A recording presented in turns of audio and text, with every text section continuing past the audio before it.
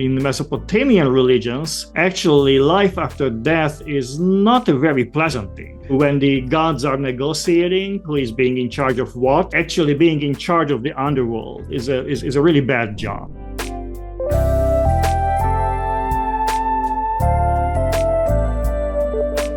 Aurora Dialogues, Musings on Philosophy, Theology and Antiquity, Episode 3, Life After Death. Welcome to Aurora Dialogues, where we explore profound questions that touch the very core of human existence. I'm Michael Heneise, an anthropologist whose work spans indigenous communities from the highlands of the Himalayas to the ancient societies of Central and South America. Today, I'm honored to moderate and contribute to this fascinating conversation on life after death. Throughout human history, one question has persisted across cultures, belief systems, and time. What happens after the moment we die?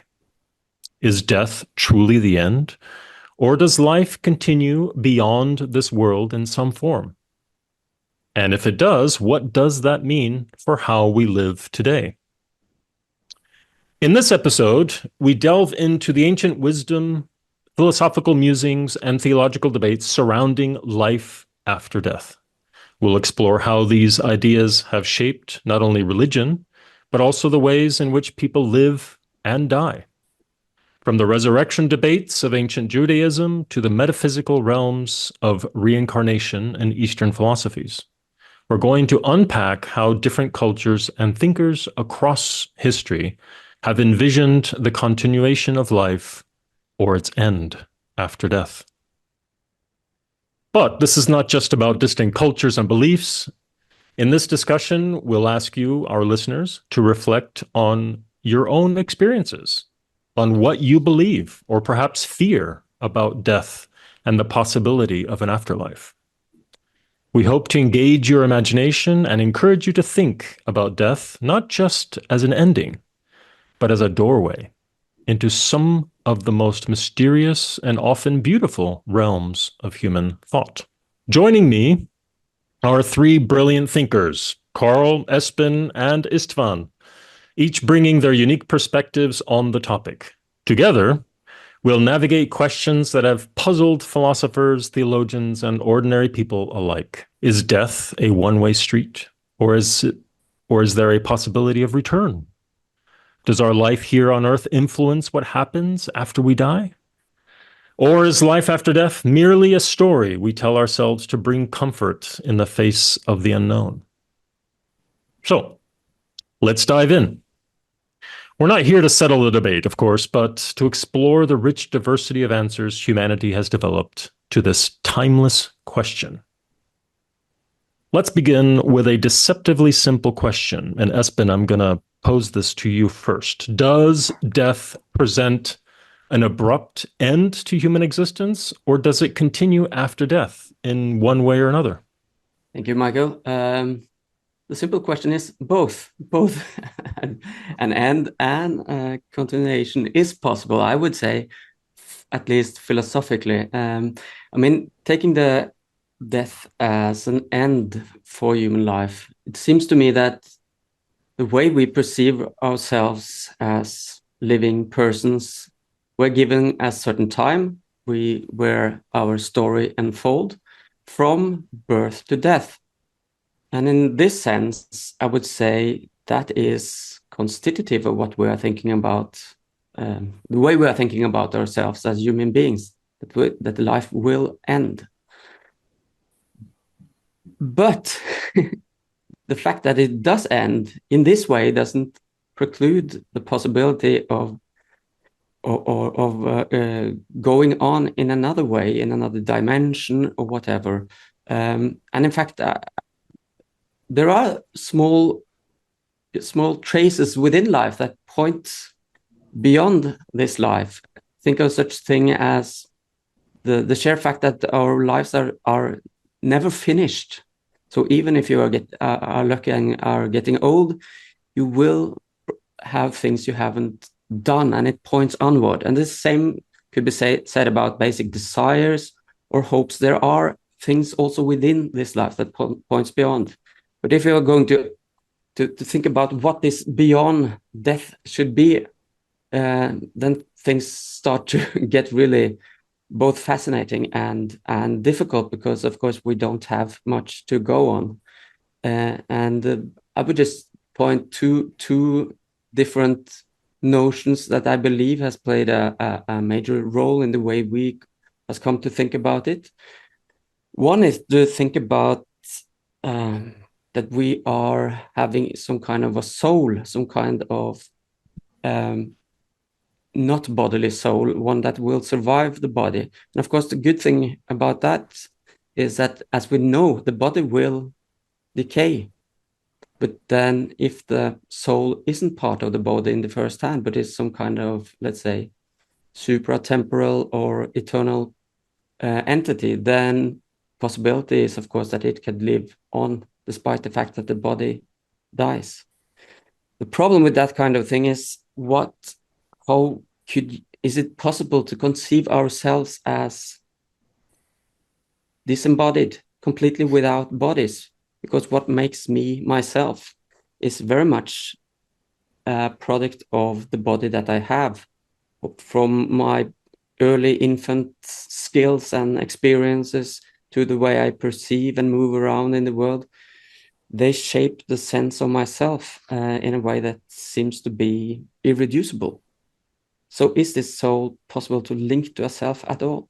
On the other hand, if we say that there will be a resurrection of the body, which I believe is the classical teaching, and I guess Istvan will correct me if I'm wrong, but of course the obvious problem here is that we see that the body decay, it even rots, and how could it be brought back into a bodily stance? And not to mention the question exactly where, in what kind of space would that be? There's a lot of challenging philosophical questions that comes with such belief, but I would say that there are already within this life something that points beyond itself. Of course, just to bring in sort of the Eastern perspective, in Hinduism, we have this idea of the afterlife as being deeply intertwined with the concept of karma, the moral law of cause and effect, as it were. And samsara, sort of the cycle of birth, death, and rebirth. Upon death, the soul, or the Atman in Hinduism, doesn't perish, but is reincarnated into a new body. And in a sense, there's a substance that follows the Atman. In this case, it's that sort of the accumulation of a previous life that's taken into the new life. And there's always the fear that accumulation will bring you into a lower, as it were, a lower life, whether in an animal or perhaps in a lower caste human life, at least according to some thinkers. Maybe I could switch to Carl. What are your thoughts on this particular question? Sure. So, I think the classic example that I think of is the myth of where, a soldier dies, so at the end of Plato's Republic, a soldier dies, and before they can burn his body, he comes back to life and he recounts where he's been and what happens after that. And so he describes how, and this is very much where the afterlife is a continuation of the previous life and a result of the consequences of the previous life, but related to your point where you are taking that forward into the next life. So he sees the soul, some souls, if they've lived a decent life, they take the path through the sky, and others are brought into the below the ground, where they're punished for the life that they've led. And then they have the opportunity after they complete this journey to be reborn. And so they get to choose. So they get a lottery token, and they get to choose what sort of life they can lead in the next life. And some people say, "Well, I want to be a tyrant. I want to be, a powerful ruler." And then they discover, well, actually, they're going to kill their own children or whatever, right? So that they realize that these sorts of lives aren't a decent life. But before they're reborn or they're carried off to re-enter a soul in their new life, they drink from a river. So that's the point at which there's a kind of separation. They forget their previous life and they forget what's happened to them. But that it's not when they die; it's actually before they're being reborn. to choose instead of what they had in their previous life. So if they took the path through the sky, if they had if they were virtuous people in the previous life, they often say, well, no, I want political power in the next life. And so they often make a bad choice in the next life. Or animals choose to be born as humans, and humans say, well, actually life as an animal is a better choice for me. But you do have very much that continuity, but also that's connected with this cycle of death and rebirth. That's fascinating. And well, let me just switch to Istvan. What are your thoughts on sort of the sort of Judeo-Christian perspective? Sure. Before I go into that, can I ask Espen about something? Maybe yet another option of how life might continue. It seems to be a sort of common sense, everyday idea, actually. Isn't it so that our lives, of course, continue in our biological offspring? Our lives continue in the kind of effort we put into, our offspring and into other people's lives. And on the intellectual level, kind of, I love to think that I continues in some way in my students and the way I shape them. And I mean, you can add to this many more things like that. So it's a much softer way, but it's I guess a very kind of common sense idea of being part of life and not just disappearing, but in many ways without any special religious solution, living on after our bio. Yeah, I completely agree. That's absolutely a live option, and I think as you that actually this is how we also think about it much of the time. And also, I just looked into some studies about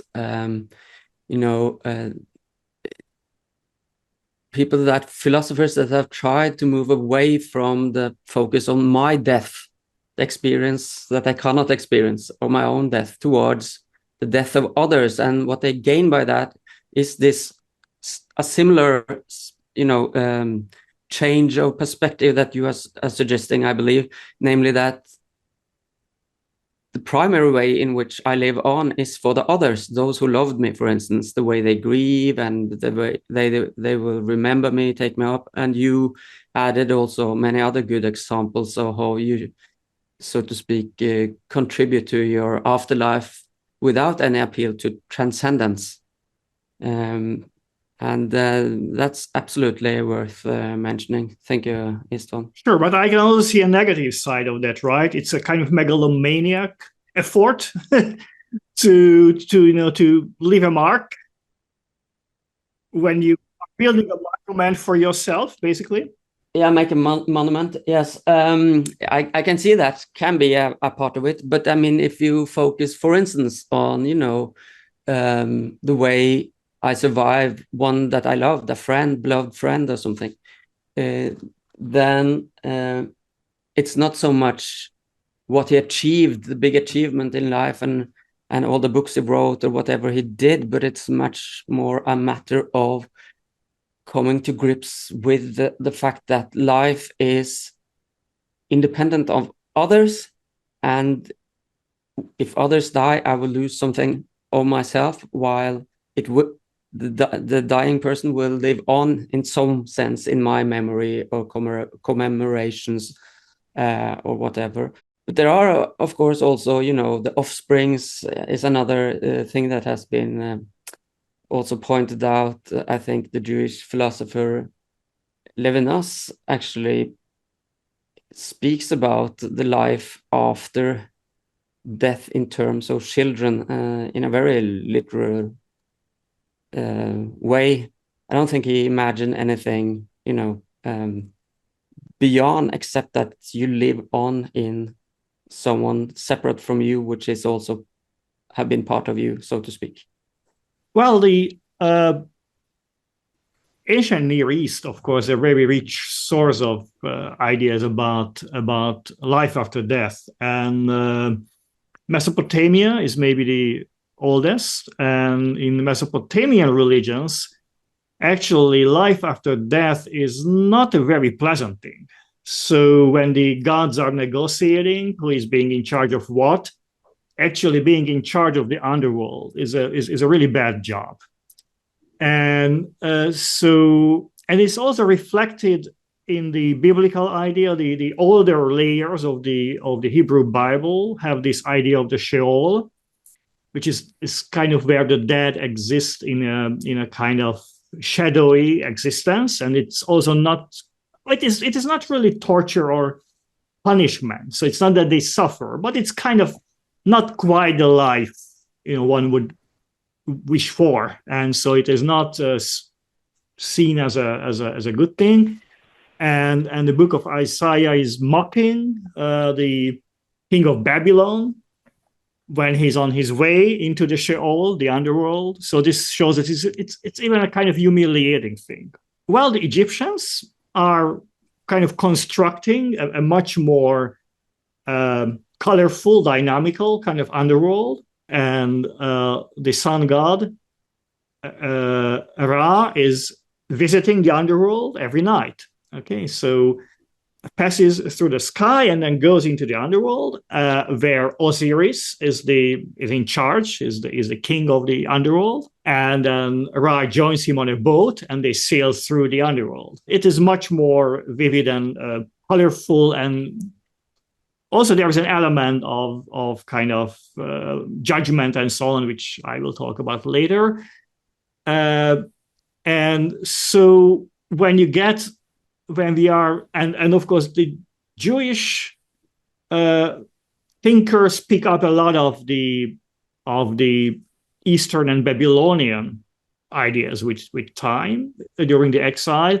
And just a big jump forward. So in the first century, when Paul lived and Jesus lived, there is a variety of ideas. So it ranges from we are just rotting away and that's the end of it, and up to the point of different ways of like directly going to heaven, for example, after death. And we'll come back to that later, I guess. So the question is death a one-way street, or is there a return from death to life in some form? So, I mean, Istvan, there's this idea of resurrection.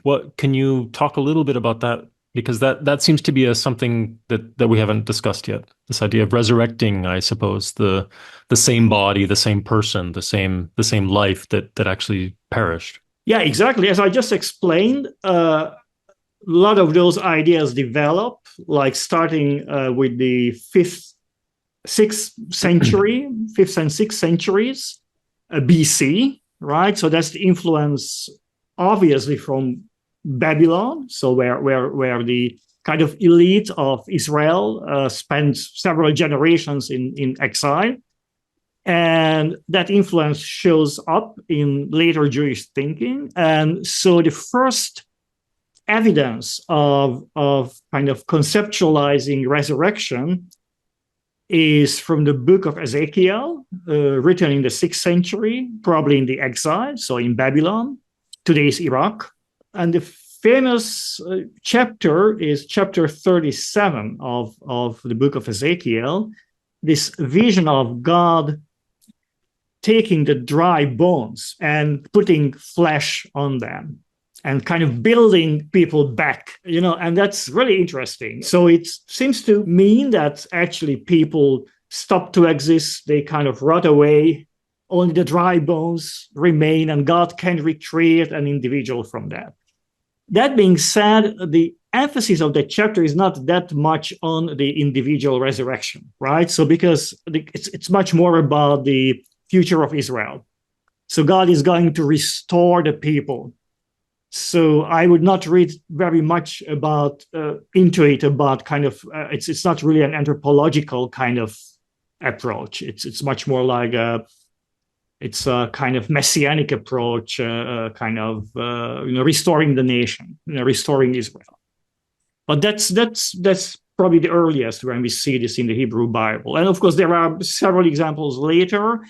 Now, again, before the time of Jesus and Paul, we know that several factions are forming in Jewish society, and it includes also political divisions, but also differences in ways of thinking and theology. And one of the groups, the Sadducees, they are famous for not believing in a resurrection. And of course, in the book of Acts, this is Paul kind of, plays a game with the Pharisees and the Sadducees, playing them against each other, basically. And so the Pharisees are the ones who believe in resurrection. And the Pharisees, we know from sources like Josephus, the historian, the Pharisees are the ones who are close to the people. So the Sadducees are elites. The Pharisees can come from different backgrounds, but basically they are the ones who kind of probably reflect a lot of the common sentiment. So if that's true, then believing in some sort of resurrection is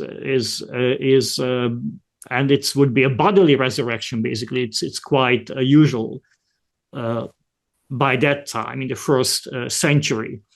Also, Paul is himself a Pharisee. That's really important to notice. And as a Pharisee, he obviously believes in resurrection, right? And he uses metaphors. He would say that, many of us are asleep. Okay, so to be asleep is a metaphor of death, which then presupposes that you can wake up from the sleep. Okay, so when he calls death sleep, he implies there is a way back. And another famous metaphor, he's using the seed that is sown into the soil. And it also has to rot away to sprout again and yield a new plant. So those are his metaphors for how you return from death. And he's also discussing in this chapter of the first letter to the Corinthians with the seed metaphor. He's also explaining how he believes that this resurrected, so there will be a body, there will be a resurrected body, but this will be different. So he's explaining that this is not as the body that died.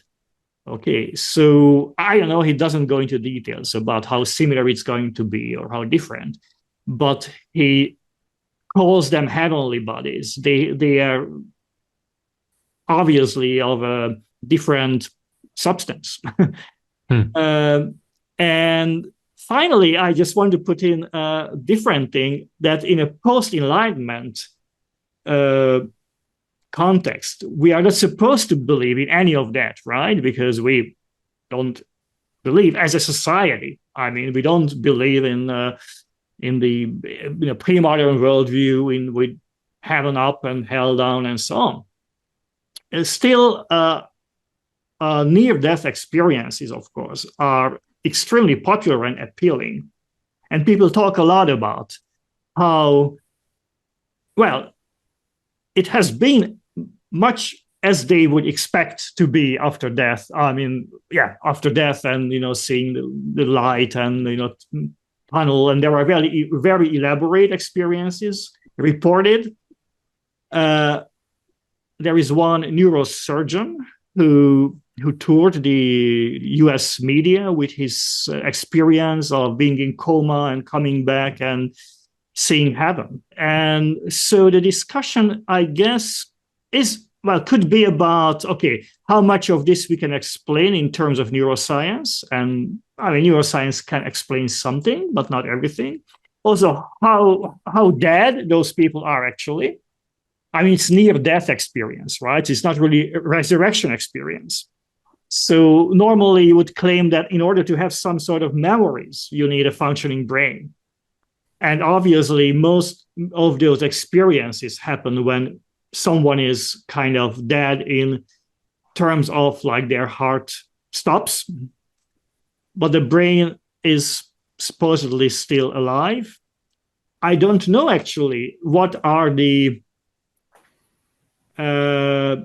absolute measures of being brain dead. And I'm not sure how you can claim that. I mean, at some point you are. But when this exactly happens, I really don't know. Because when your heart stops, that's a kind of very easy to detect, right? When your circulation stops, probably. But the brain is really complex. So I guess even a brain scan cannot really pick up some of the signals. Anyway, I stop there. I'm just saying that this is not, this kind of thing doesn't end once we have science and we have a scientific worldview. There is no definite answer. Well, I think this idea of the flesh coming back to the bones, this idea of sort of a reincarnate person, sort of the way that you presented it from, I guess, Ezekiel, is a unique perspective. Right? It's the biblical perspective is very unique in the sense that, you know, when I look at the anthropological literature, there is a lot of discussion or a lot of ethnographic work on this idea of the afterlife, but it entails, you know, sort of the release of the soul, as it were, or the life source into a different body. And so this idea of reincarnation is sort of, I guess, framed as sort of a continuation of one aspect of the living being, when one aspect of the living being dies. But in the case of Ezekiel, it really is kind of sort of the same bones and the same flesh sort of coming back, as it were, in some ways. I don't know, Carl, you were going to talk. Could you talk a little bit about reincarnation and about maybe this idea of the other forms, like animal forms? I don't know. Sure. So, I mean, I think it's a lot like, or there is obviously a kind of familial resemblance to the kind of Eastern tradition, right, where you can be reborn based on how you lived your previous life, not necessarily in a human form, and so you don't have this kind of idea like Istvan was talking about of the resurrection of the body, right? You discard the body in one life, and it's really your soul that, if you like, represents the continuity with your previous lives, and that is the individual. And so you can be reborn in a different human form. So, I mean, in Plato in the Timaeus, it's better to be born as a man than to be born in a female body. There's a hierarchy of different kind of animal types, and then the lowest is the oyster. Really, is the lowest form of life that you can be reborn in, because that, according to him, it has no intellectual content, right? It's a life of absolute pleasure, and it's not even a life of perfect pleasure, in that you can't. So the oyster just enjoys pleasure in the moment. It can't remember pleasure in the past or look forward to pleasure in the future. So if you want to have actual pleasure, you need some level of intellectual content, and the oyster doesn't have that. So this is kind of this sort of framework. And I mean, it's something that then gets mocked a lot by the Christians, right, in the Cappadocian tradition. They say, well, what is it that there's a whole lot of souls waiting in spring for bodies, when there's procreation of animal life, and they're just waiting to jump into these newly created bodies because you have a surplus of souls. So it is something that opened itself up to a lot of ridicule from the Christian tradition. But I mean, I think that there is like a very serious aspect to what Plato was doing, which is basically that there are consequences in the next life, and potentially, say, like in the Eastern tradition, in future lives, for how we choose to live in this life, right? And the notion that ultimately, if you live a life that's devoid of any virtue, it's not only bad to others, but ultimately it will harm yourself, right? It's not a good thing to do, purely from a perspective of self-interest, not just in terms of this kind of notion of broader societal needs. So I mean, that is something that's very much, I mean, there is this very much this notion of reincarnation, and also something that you really have to do, unless you're a philosopher, where you get a kind of break of 10,000 years or something. You disappear into your star, and you get to stay there and have a kind of break, a pause from this endless cycle of reincarnation. So it's also something that can be seen as kind of not a very pleasant cycle. If the reward for the philosopher, the virtuous individual, is that they get to take a break from this cycle of reincarnation. So I don't know in the Eastern tradition whether you're constrained to always be reincarnated, or whether there are ways out, or whether that is a desirable option to get out of this kind of cycle. Oh yeah, well that's the big quest in, at least in the Hindu tradition, right? Is to escape this this cycle through, and of course there are all kinds of ritual means for doing that, of finding liberation. But before I wax eloquent on Hinduism again, Espen, maybe you could jump in. I was just thinking as you were talking, Carl, about the reincarnation here. And of course, that has been, as you said, obviously a tension that has been felt in early Christianity. And I just recall that I came across a passage in Augustine's The City of God, where he is very much opposed to any kind of thought that resembles incarnation. And he finds it completely unchristian, of course. Probably like the Cappadocian, but it's at least this has been taken up in the last century by Hannah Arendt in her view of the individual person as free and spontaneous individual, unique person, and she harks back to Augustine, who says that where there are some passages where Augustine actually says that. There is no such thing as reincarnation, because God creates each soul anew for each individual. So there is, of course, a very distinct, I mean, we are about 400 AC, and it's a time stretch here, but there is certain distinctively different in this way of thinking about not only the life to come, but it's also connected to this life. So when it comes to resurrection, and as this becomes more and more perhaps individualized, whether it was that from the beginning in Christianity is another topic. But I guess for Augustine, it's your soul that reincarnate in that resurrect in your body. And that's another thing that I was thinking about when you were talking, Istvan, about this Ezekiel image of God putting on flesh on bones. Because, of course, in antiquity, with a high level of philosophical competence, there is a problem if you believe in the resurrection of the body, because we can empirically see that the body rot away. So how can you be restored in your own body? That seems to, I don't know, that seems to be the idea, at least for Augustine and Tertullian and some others, I guess. And there seems to be this widely held explanation that just as God can create out of nothing and each individual soul and body, so he can recreate it. And that goes by some kind of primitive atom theory, where when you rot, you're going into you are dispersed into the soil and so on. But God can take your material back and shape the body anew, something like that, which is a fascinating, and nowadays perhaps calls as a quasi-scientific, but not really scientific theory, but that was at least seemed to be a way of explaining this temporal gap between the body that vanishes and then resurrect. So I have a very provocative question to follow up just on that. If life after death exists, so I'm thinking about all these indigenous cultures, for example, the Yupik in Alaska. They believe in the reincarnation of souls within their own community.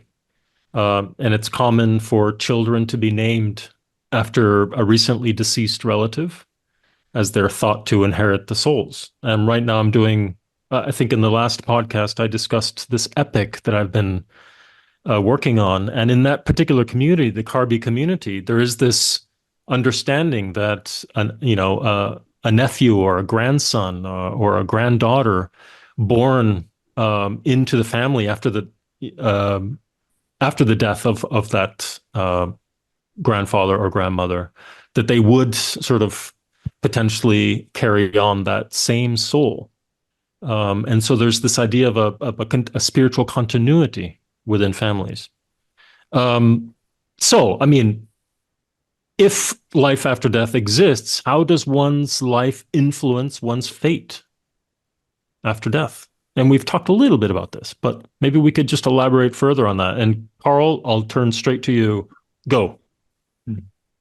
Sure. So, I mean, it seems to be counterintuitive in the Platonic tradition, in the sense that, well, at least if we take the Republic, right, people who lead a virtuous life sometimes don't have an understanding of the kind of implications of a life of vice, so they choose that as something preferential. So a lot of people choose the opposite of the sort of life that they had. So you would think that if someone is virtuous, they might choose to remain virtuous. But you know, and if you take the Republic at face value, it seems that if you had a virtuous life, you find it a bit boring, and a life of vice the next time around seems much more preferable.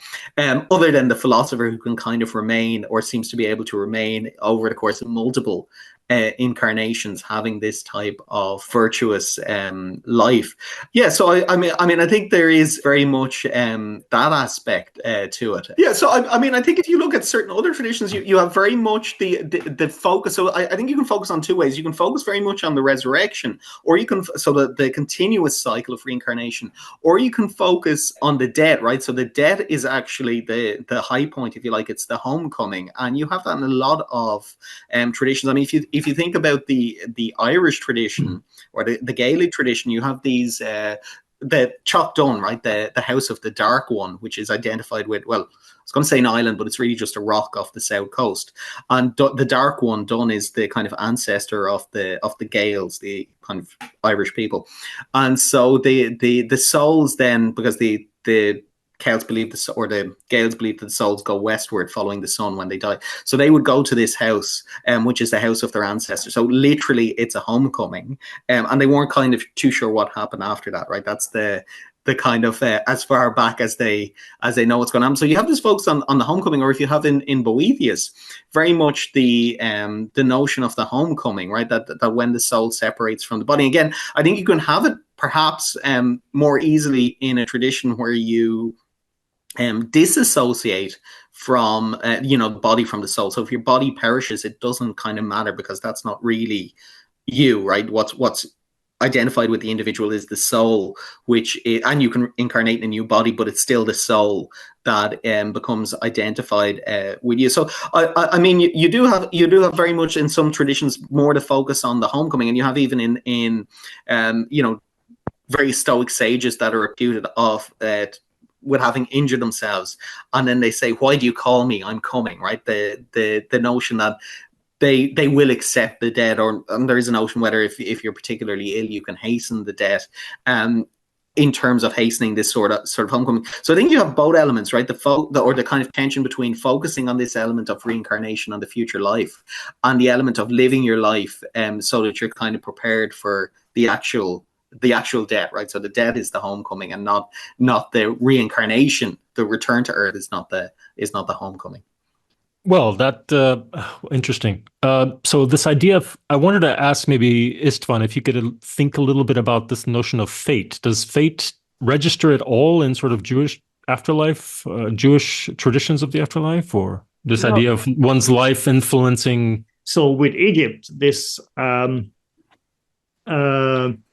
well, as I mentioned before, you have a much more dynamical, fleshed out kind of underworld very early on. And you have that genre of texts, the books of the dead, which kind of give you a tour guide. It's like a description of await you after death. Like Dante's Inferno kind of thing. The various... Yeah, exactly, that kind of thing, exactly. Only there is several millennia in between, right? So with Egypt, it was like you tried to basically by yourself a kind of insurance for after you die, learning the kind of charms and what to say and prepare and kind of bribe the powers. It's a really elaborate kind of engagement with the afterlife. And so, but what shares all those books is that there is this moment when your soul is put on a scale, right? And it's weighed against the feather, and your sins kind of pull it down. And so that's the kind of check. That's the kind of moment of judgment. What you don't have is a lot of thought about retaliation in the afterlife. So you have some of it, but it's like you get chopped up or you get eaten by a monster or something like that. But it is not as sadistic, I should say, as it gets in Dante or as it gets in the first century AD Jewish texts and Christian apocalyptic texts. So anyway, that's where I think this afterlife judgment is really well thought through. That's with the Egyptians. I also have to say that, to my mind, I mean, there is this very popular kind of Marxist idea that a belief in the afterlife is basically a kind of compensation. It's like when people are miserable in life, in this life, they want something beyond.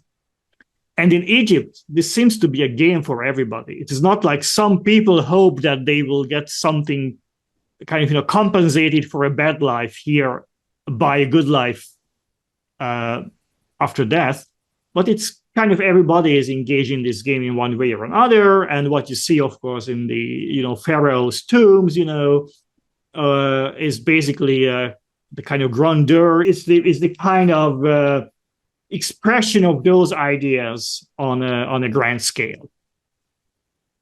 So anyway, with Judaism, this comes in much later, and again, this is probably the influence from Babylon and maybe even later from the Persian religious concepts.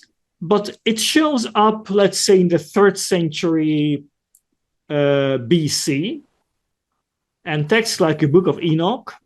There are several books by that title. This is what's been preserved in Ethiopic, so you call it the Ethiopic Enoch. Is the first kind of tour of heaven and hell.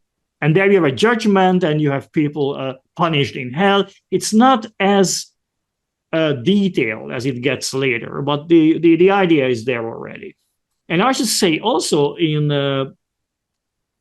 Greek literature, Aristophanes has this descent to the underworld, and in the frogs, there is this. Of course, it has to be always, hilarious because that's it. That's his genre.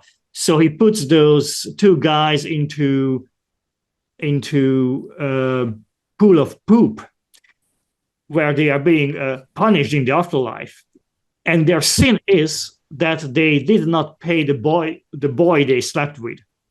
So it's kind of, course, he sets this up in a very. This is his style, right? But so this one of those early Greek images of hell, so to speak, is like really comes from this satirical text. Actually, that motive comes up again in the Apocalypse of Peter. Okay, so that's 2nd century AD. And it might be somewhat later than the biblical book of Revelation, or might be from about the same time. And there is a huge difference. So the biblical book of Revelation has judgment, has divine judgment. And of course, Paul already talks about divine judgment. So it is not, and Christ, Jesus in the Gospels talks about judgment. So this idea of judgment seems to be fairly well established then. And also there is, just coming back to Jesus for for a moment, in the Gospel of Luke, there is this story when the rich man and Lazarus are interacting, and the rich man goes straight into Hades, so the Greek hell, and is being tortured by demons. That happens right after death. So there is no intermediate judgment at all, or the judgment happens as you die. And the poor Lazarus goes to heaven, goes to be with Abraham. Okay, so then you have the book of Revelation, when the judgment is really big, and is really one of the, of course, most well-known and most depicted kind of imagery of judgment. But hell is not as detailed yet. So in the book of Revelation, there is not a lot of detail. And so this is the text I just mentioned, the Apocalypse of Peter, right? It's roughly from the same time as the book of Revelation already has this detailed structure of hell with punishments according to the sins. And this is something that is probably the first model of what eventually develops into what we find in Dante 1,200 years later. And I know, Carl, that you worked on Dante a bit. So do you see this? Do you see this connection with antiquity?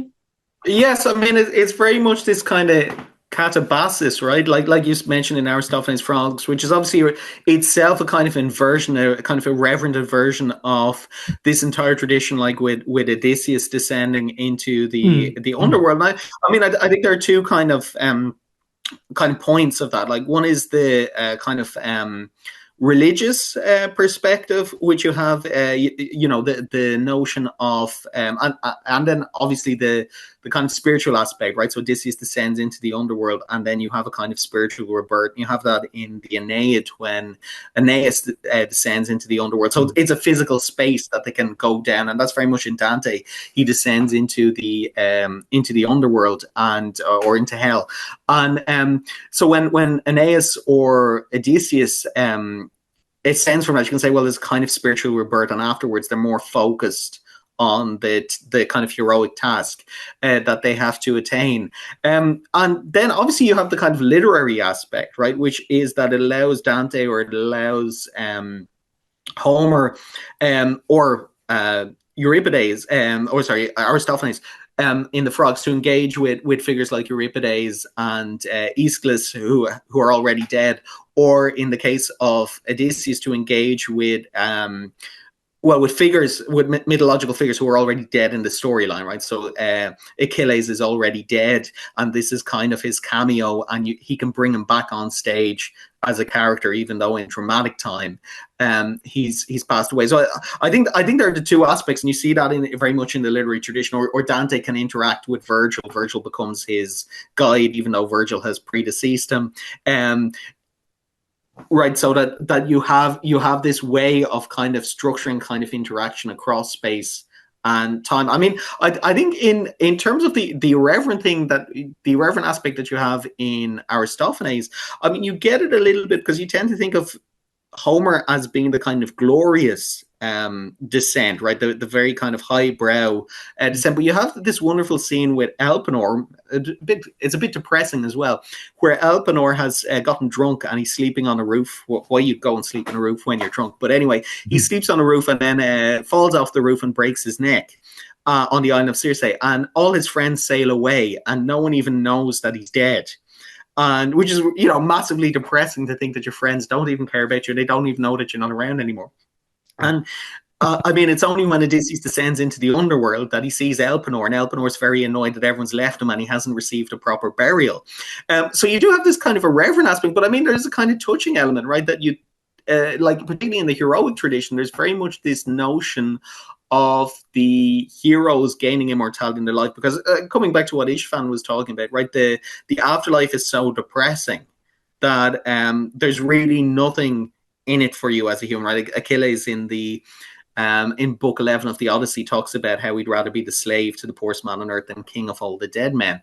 And yet you have this wonderful, and the only way to escape that is if you have good connections, right? So Menelaus, who's the kind of soft spearman in the Iliad, in the Odyssey, we're told he's going to go to the Isles of the Blessed because he's married Helen, and Helen is the daughter of Zeus, so he's going to be looked after through his family connections. But you have this idea that the afterlife is so depressing, you've got to do something glorious in this life because it's the only kind of compensation. And yet you have this poor unfortunate who's not a hero, not very significant. He hasn't met a very he's been on this glorious adventure, but then fallen off a roof, right? Which is not particularly the best. Oh, well, there's no good way to go, but it's not a glorious way to go. And he's a minor figure. He's such a minor figure, no one even knows he's dead. But he still demands that he gets this kind of respect of the funeral rite and this kind of acknowledgement that he feels is his right. So you have this kind of a reverent aspect inside the catabasis in the Odyssey, but even so, you have this kind of reflection on kind of minor, ordinary people with minor concerns, right, in relation to Odysseus, but even they demand that they have to have some sort of recognition that they've passed away, right? Because even though he has this kind of fairly bleak existence in the underworld, just like Achilles, the only thing that can kind of make him feel better is having a decent funeral, and that his friends actually honor him with the rights that he feels that he's entitled to. Brilliant. Let me just switch now to Espen. Thoughts on this particular theme? Yeah, I mean, it's a big thing. I mean, one thing I was thinking about was the fact where we are now talking about different traditions here, you Jewish, Christian, Greek, and so on, and they all have some sense. Also, the Egyptian tradition also has this sense that death is connected with some kind of judgment. So, I mean, where does this, is it possible to find something in the way we live here and now that should point forward to this, need of or expectation of some kind of combination of death and judgment? And I was just thinking about, I started out saying something about that our life stories we have is limited, it stretches from birth to death. But of course, nothing is really complete in our life. Perhaps it might be in Greece if you are really a successful warrior or something like that. But for most of us, we leave so many unaccomplished things behind once we die. And we can't really get, since we are immersed in our life all the time, from its middle, so to speak, it's very hard to get a judgment of the life as such. Has it been good, or has it been true to yourself? Has it been true to a divine command, or whatever standard you want to take? And in one sense, you can only judge a life when it's over, because that's the only place from where you know how far you got. So in that sense, it's not so unnatural to think about some kind of connection between the end of life and the judgment of life as such. Another thing I was thinking about, which has struck me several times, and that is, it seems to, we have been talking about reincarnation in terms of that it has some kind of ethical implications. Especially you, Carl, emphasized that, I think. And of course, in the Jewish tradition as well, it certainly has the way we lead life has consequences for the life to come. But then there is this, on the one hand, as Istvan mentioned, you have an probably developing thought about how to evaluate your life according to a standard, and perhaps there will be punishments according to it or whatever. So that is a kind of, a straightforward juridical analogy here. If you have done something wrong, then there must be some kind of punishment that fits, so to speak, what the trespass. On the other hand, you have this tradition of grace, of course, already in Paul, and especially in the way it has been received in the Protestant tradition. It is unconditional, So the acts, the actions, the works, as Paul says, does not really count in the final judgment. But then the question is, how could these things be reconciled in an image of the afterlife? Because if it's unconditional, then we should expect everyone, or at least every right believer, to be resurrected in the life to come. Whereas on the other, there would naturally lead to two options, heaven or hell, and perhaps different levels within that as well, as in some of the literature. But I really don't know how these images, if they clash, is there a way to reconcile it? It's more, it's just a question from me. Perhaps, Istvan, can you say anything clarifying about these things? Yeah, if I understand the kind of theological development correctly, of course, I mean, this was not so obvious. I mean, what played out in the Western tradition, from Paul to Luther, let's say, this kind of, yes, juridical kind of approach and all these, models, then what kind of role Christ's death and resurrection plays in this, right? Because that's the point, right? That Christ somehow buys you out.